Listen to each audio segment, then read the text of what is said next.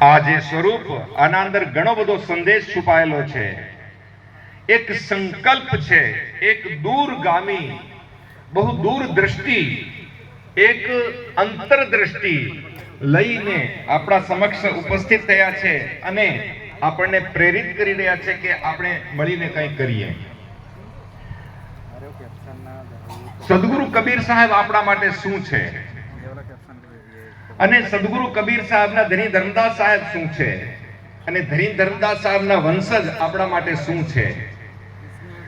આજ આપણે પોતાને કબીરપંથી કહેવાતા હોઈએ અને કબીરપંથી હોવાની હામ ભરતા હોઈએ તો આપણા માટે ગર્વનો વિષય છે કે આપણે સદગુરુ કબીર સાહેબને આપણા ઈષ્ટના રૂપમાં માનીએ.